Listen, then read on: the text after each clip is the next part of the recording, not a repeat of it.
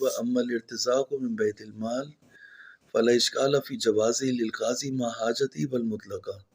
کا قاضی اگر ضرورت رکھتا ہے تو بیت المال سے لے سکتا ہے، بلکہ بطور مطلق لے سکتا ہے چاہے ضرورت رکھتا ہو یا نہ رکھتا ہو۔ اذا رأى الامام المصلحۃ فیہ، اگر امام مصلحت دیکھے اس کے اندر، لما سیجی، جیسا کہ آئے گا بہت جلد، من الاخبار الواردۃ، اخبار سے جو وارد ہوئی ہیں، فی مصارف الاراضی الخراجیہ، ویدل علیہ ما کتب امیر المومنین الی مالک الاشتر من قولہ وفصلہ اے للقاضی بالبذل، یعنی کھول دو قاضی کے لیے اپنی بذل و بخشش، ما یوزی و علتہ، جس سے اس کی علت جو ہے وہ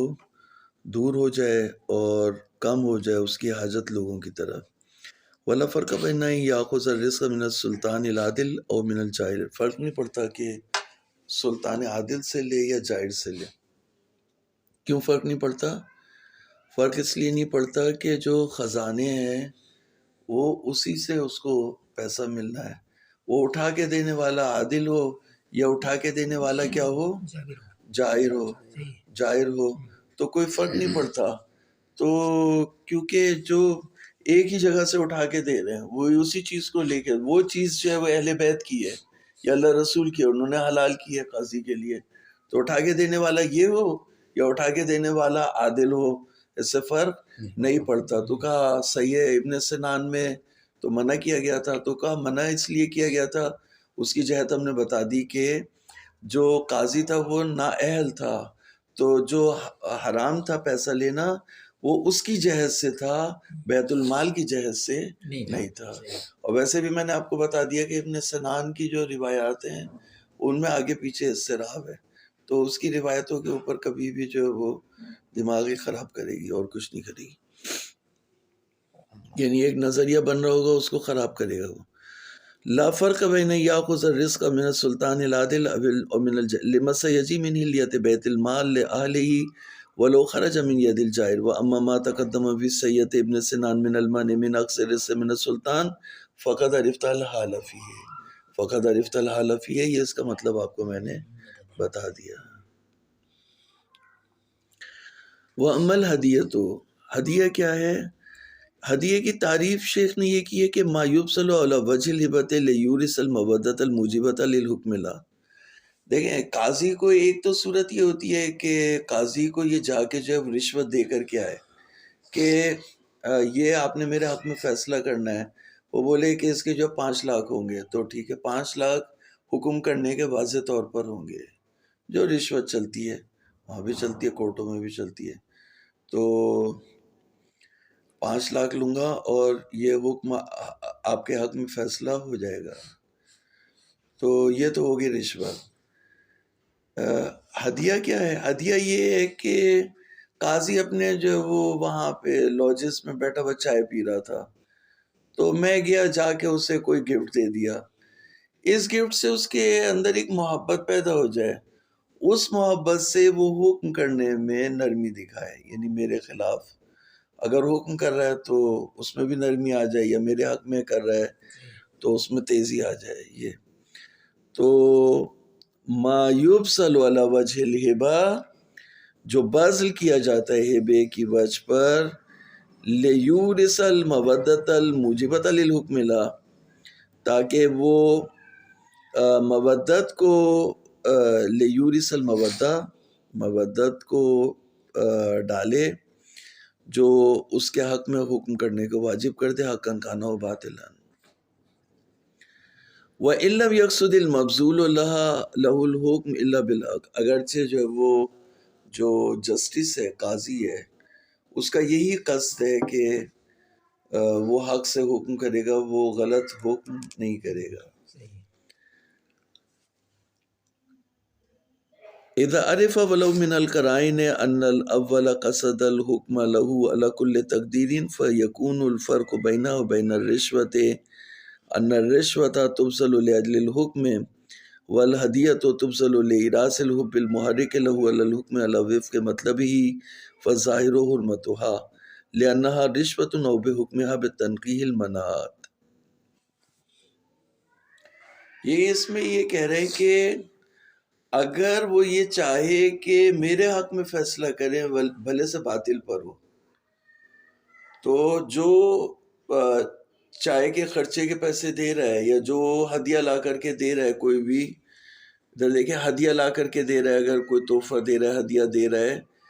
تو اس میں رشوت، اب یہ جو ہے وہ چاہ یہ رہے کہ باطل پر بھی ہے تو قاضی اس کے حق میں فیصلہ کرے، تو قاضی اس کے حق میں فیصلہ کرے تو یہ کہہ رہے ہیں کہ یہ حرام ہے، حرام ہے، اور یہ جو ہے وہ رشوت کے حکم ہے، تنقیح منات کر کے، یعنی اگر رشوت نہیں ہے تو رشوت کے حکم ہے، کیونکہ ڈائریکٹ حکم کے باطل حکم کرنے کے لیے، غلط فیصلہ کرنے کے لیے ڈائریکٹ پیسے دے، وہ تو رشوت ہو گئی، اور ایک دفعہ ہدیہ دے، ہدیے سے اس کے دل میں محبت آ جائے، محبت سے یہ اس کے حق میں فیصلہ کرے جو باطل پر ہے، تو یہ بھی وہی اسی کی طرف پلٹے گا، تو یا ہم کہیں گے رشوت ہے یا ہم کہیں گے رشوت کے حکم ہے۔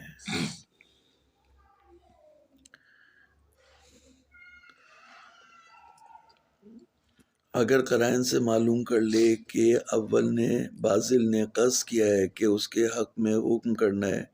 ہر صورت میں، تو فرق ہوگا اس میں اور رشوت میں کہ رشوت وہ پیسہ ہے جو باذل کیا جاتا ہے، دیا جاتا ہے، خرچ کیا جاتا ہے، لاجل الحکم، حکم نہیں مانا کریں گے، اسے مصدر سے مانا کرتے ہیں، رشوت وہ پیسہ ہے جو باذل کیا جاتا ہے حکم کرنے کے لیے، فیصلہ کرنے کے لیے، مصدر سے مانا کریں گے، لاجل الحکم یعنی حکم کرنے کے لیے، والہدیۃ تبذل لإراث الحب، ہدیہ اس لیے دیا جاتا ہے کہ اس کے دل میں محبت آ جائے،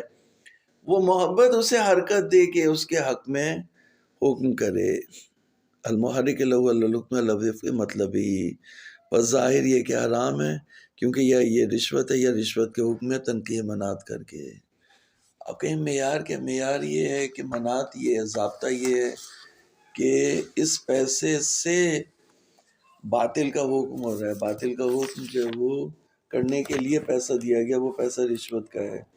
تو پیسہ دیا گیا، پیسے سے پہلے اس کو تحفہ دیا گیا، تحفے کے نتیجے میں باطل کی طرف حکم ہوا تو فرق نہیں پڑتا، باطل ہی کے حکم کرانے کے لیے پیسہ دیا جا رہا ہے، یا ہدیے کی صورت میں یا براہ راست یا واسطے کے ذریعے سے، تو دونوں جو ہے وہ کیا ہے؟ حرام ہے، رشوت کے حکم ہے۔ وعلیہ یحمل ما تقدم من قول امیر المومنین، اور اسی پر ہم کریں گے جو گزر گیا امیر المومنین کا قول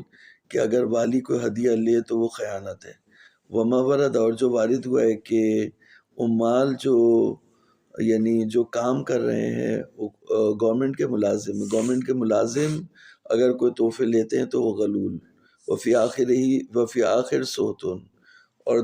ایک میں بتایا کہ سوت ہے، سوت کہنا تو صحیح نہیں ہے، اس کو سوت رشوت کو بول سکتے ہیں سوت، لیکن یہ جو خرچے پانی کا پیسہ ہے اس کو حرام کہہ سکتے ہیں، سوت نہیں کہہ سکتے۔ وَأَنْ يُونِ الْأَخْبَارِ عَنْ مولانا ابوالحسن رضا امیر المومنین علیہ السلام فی تفسیر قولی اکالون للسوت، سوت کو کھانے والے، قال هو رجل یقضی لأخیہ حاجتہ ثم یقبل ہدیتہ، وہ شخص ہے جو کسی اپنے بھائی کی حاجت کو پورا کرتا ہے پھر اس کے بعد اس سے جو ہے وہ ہدیے کو قبول کرتا ہے۔ اب کہہ رہے ہیں ولی روایت توجیحات، اس روایت کو صحیح وہ کرنے کے لیے، سے ہٹانے کے لیے توجیحات کی گئی ہیں۔ تکون روایت لباس محمولۃ علی الظاہر من التحریم، اگر ظاہر پہ حمل کریں گے تو اس سے مراد یہ ہے کہ ہدیہ لینا حرام ہے، ولباس محمولۃ علی المبالغۃ فی رجحان تجنب عن قبول الہدایا من اہل الحاجۃ الیہ لئلا یقع فی الرشوۃ یوما، کہہ رہے ہیں کہ بعض صورتوں میں سے جو ہے وہ مبالغے کے اوپر حمل کریں گے، یعنی اکالون للسوت کہا، کس لیے کہا؟ مبالغہ کیا کہ یہ اکالون للسوت ہیں، جبکہ جو چائے پانی کا خرچہ لینے والے ہیں، یا جیسے پولیس والے نے 50 روپے لے لیے، یہ اس طرح کے جو لے رہے ہیں یہ اکالون للسوت نہیں ہے، سوت کھانے والے نہیں ہیں، یہ مبالغتاً ان کو کہا گیا ہے تاکہ یہ ہدیہ لینے سے دوری اختیار کریں، ہدیہ نہ لیں، ہدایہ نہ لیں اہل حاجت سے۔ کیوں ہدایہ نہ لیں؟ اس لیے کہ اگر آج یہ ہدیہ لے رہے ہیں کل یہ رشوت لے گئے۔ مولوی یہ بھی تو کرتا ہے نا صغرا کبرا، جو حلال موسیقی ہے وہ بھی اس پہ حرام کر دو کیونکہ یہ حلال کریں گے تو وہ حرام میں پڑ جائے گا۔ بھئی آپ کون ہوتے ہیں حلال حرام کرنے والے؟ اگر شریعت نے حلال کی ہے آپ بتا دو حلال ہے، اگر شریعت نے حرام کی ہے آپ بول دیں حرام ہے۔ آپ کون اپنی طرف سے جو ہے وہ شریعت نے آپ کو یہ اجازت کیسے دی کہ آپ کہیں گے نہیں نہیں نہیں نہیں کرو کیونکہ ایک دن یہ حرام میں پڑ جائے گا۔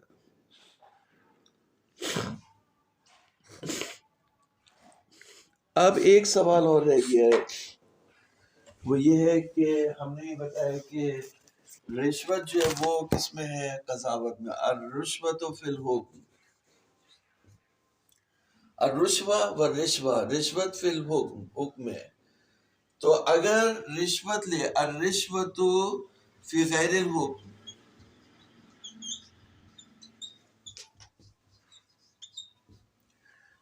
جیسے میں کہوں کہ گورنر سے میری ملاقات کرا دو، میں اس کے سیکرٹری کو جو ہے پیسے دوں کہ میری ملاقات گورنر سے کرا دینا، یہ فائل رکھی ہوئی ہے فلاں محکمے میں، اس فائل کو جو ہے وہ آگے بڑھوا دینا، میرا کام کر دینا، یا یہ کلیئرنس نہیں ہے اس کو کلیئرنس کرا دینا، ٹھیک ہے، یا یہ لائسنس جو ہے وہ لائسنس بنوا دینا۔ تو مختلف کاموں میں غیر حکم قضاوت کے علاوہ جو کام ہے ان میں پیسہ دینا، رشوت دینا وہ جائز ہے، یہ جائز نہیں ہے۔ وَهَلْ يَحْرُمُ الرِّشْوَةُ فِي غَيْرِ الْحُكْمِ بِنَاءً عَلَى صِدْقِهَا كَمَا يَظْهَرُ مِمَّا تَقَدَّمَ عَنِ الْمِصْبَاحِ وَالنِّهَایَةِ، مصباح کی اگر تعریف کو دیکھیں یا نہایہ کی تعریف کو دیکھیں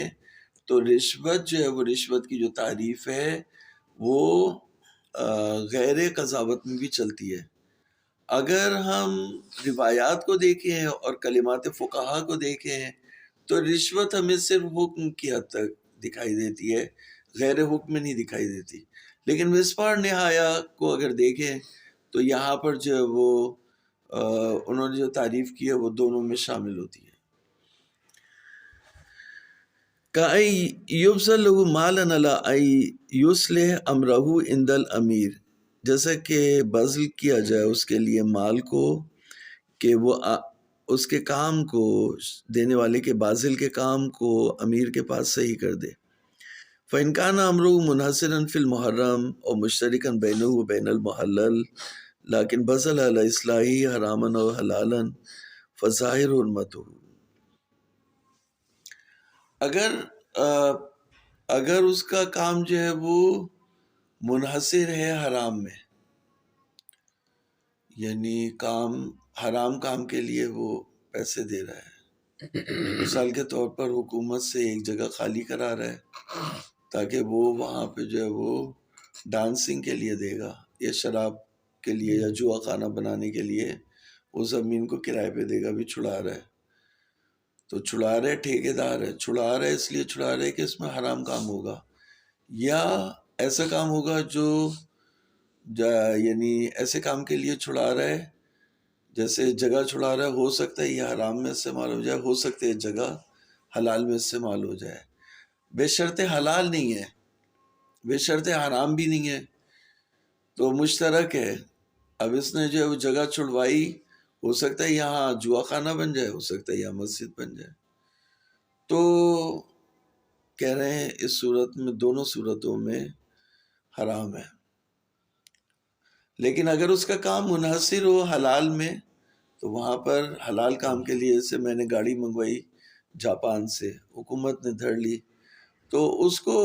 چھڑوانے کے لیے اگر میں پیسے دے رہا ہوں تو وہ رشوت میں نہیں آئیں گے۔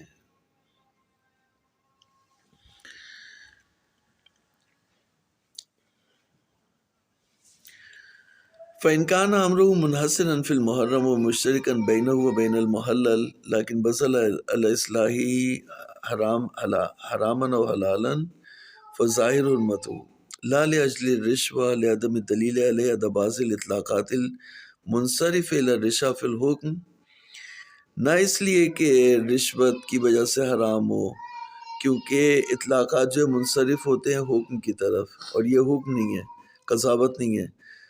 بلکہ دوسری دلیل انہوں نے دی ہے، کہا کہ عقل مال بالباطل ہے۔ جیسے مثال کے طور پر گیس کمپنی کا ایک ملازم بیٹھا ہوا ہے، ایک کسٹمر اس کے پاس آتے کہتے ہیں کہ میرا یہ کام کرا دیں آپ، تو میں آپ کو جو ہے وہ اتنے پیسے 30,000 روپے دوں گا۔ تو اب جیسے بلڈنگ ہے، کسی نے بلڈنگ بنائی تو وہ اس میں 5 6 8 10 میٹر لگوانے، اب اس نے سے بولا بھائی یار تم یہ کام کرا دو میرا گیس کمپنی سے، تو اس نے کہا میں 30,000 روپے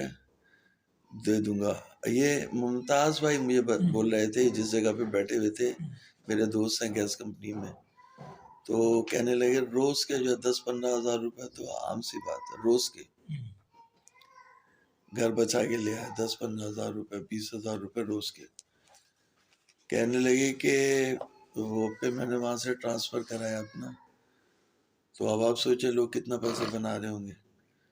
تو اب یہ کیا ہے، یہ رشوت میں نہیں آ رہا، کیونکہ فی الحکم تو یہاں قضاوت تو ہے ہی نہیں، یہاں تو گیس کا مسئلہ ہے۔ تو پھر کیا ہے، یہ کہہ رہے ہیں عقل مال بالباطل ہے۔ تو عقل مال بالباطل کیوں ہے؟ عقل مال بالباطل اس لیے ہے کہ سوئی گیس کمپنی نے تمہیں ہائر کیا، ملازم بنایا، رینٹ پہ لیا، اجارہ کیا تمہارا کہ تم فلاں فلانی کا کام کرو گے اور ان سے ایک پیسہ بھی نہیں لو گے، تو تم اس ایگریمنٹ کی خلاف ورزی کرتے ہوئے ان سے پیسہ پکڑ لو، تو عقل مال بالباطل ہے۔ اگر تم پرائیویٹ ہوتے، پرائیویٹ کو فرم کھولے ہوئے ہوتے کہ میں پرائیویٹ پریکٹیشنر ہوں، یہ ہوں، یا پرائیویٹ میں ایک ٹھیکیدار ہے، جیسے گیس کمپنی بھی بہت سی چیزوں میں پرائیویٹ کر دیتی ہے، کیا ٹھیک ہے آپ اپنا سارا کام کر لیں، پھر گیس اسے جو ہے وہ گیس کمپنی اسے منظور کر لے گی۔ تو پرائیویٹ ٹھیکیدار سے کام کرا لیا، پھر گیس کمپنی نے اس کو جو ہے وہ اس کام کو، یا بجلی کا بھی اسی طرح ہوتا ہے، سارا کام پرائیویٹ میں کرا لیا، پھر بجلی کی کمپنی نے اس کو جا کے ویریفائی کر دیا، ہاں صحیح ہے، کنیکشن دے دیا اس کو، کام سارا انہوں نے خود کرایا۔ تو پرائیویٹ میں صحیح ہے، عقل مال بالباطل نہیں ہے، لیکن یہاں پہ کیا ہو جائے گا، عقل مال بالباطل۔ تو رشا فی غیر الحکم، الرشا فی غیر الحکم حرام ہے، لیکن رشوت کی وجہ سے حرام نہیں ہے، بلکہ کیا ہے، عقل مال بالباطل۔ یہ لکھو ورنہ بھول جاؤ گے، ابھی تو یاد ہے پھر بھول جاؤ گے، عقل مال بالباطل۔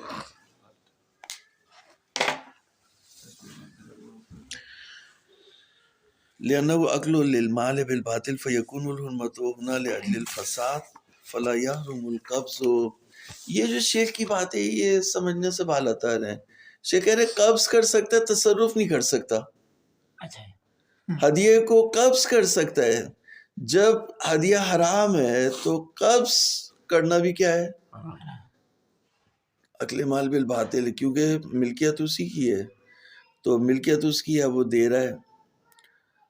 تو قبض کر لو، جب حرام ہے تو پھر قبض کرنا بھی کیا ہے، حرام ہے۔ فَيَكُونُ الْحُرْمَةُ لِأَجْلِ الْفَسَادِ فَلَا يَحْرُمُ الْقَبْضُ فِي نَفْسِهِ وَإِنَّمَا يَحْرُمُ التَّصَرُّفُ لِأَنَّهُ بَاقٍ۔ یعنی ان کا مقصد یہ ہے کہ حکم وضعی جو ہے وہ یہاں پر فساد ہے، اور حکم تکلیفی کے لحاظ سے جو ہے وہ جائز ہے۔ تو حکم وضعی کے لحاظ سے کیونکہ مالک نہیں بنا تو تصرف نہیں کر سکتا، باقی قبض کر سکتا ہے، قبض کرنے میں کوئی مسئلہ نہیں ہے۔ جو چیز حرام ہے وہ حکم وضعی ہے، جبکہ حکم وضعی جو ہے وہ کوئی حکم نہیں ہوتا، وہ تو چلتا ہے حکم تکلیفی سے۔ جب آپ کہہ رہے ہیں کہ اس کا استعمال کرنا حرام ہے، یہ عقل مال بالباطل ہے، تو عقل للمال بالباطل حرام، تو حرام تو پھر اس میں قبض کرنا بھی پھر کیا ہے، صرف کھانا حرام نہیں ہے، تصرف کرنا بھی حرام ہے۔ عقل مال بالباطل اشارہ ہے کہ کسی طرح کا بھی تصرف حرام ہے، تو جب تصرف حرام ہے تو قبض کرنا بھی، سب سے بڑا تصرف تو قبض ہی ہوتا ہے۔ انسان جس چیز کو اپنے قبضے میں لے لے پھر اس کا جو ہے وہ ذمہ دار بن جاتا ہے، یعنی اگر ضائع ہو جائے، اس کے تفریط و تعدی سے ضائع ہو جائے تو ذمہ دار ہے اس کو واپس پلٹانے پہ۔ لأنه باق على ملك الغير نام يمكن أن يستدل على حرمته بفحوى إطلاق ما تقدم في هدية الولاة والعمال.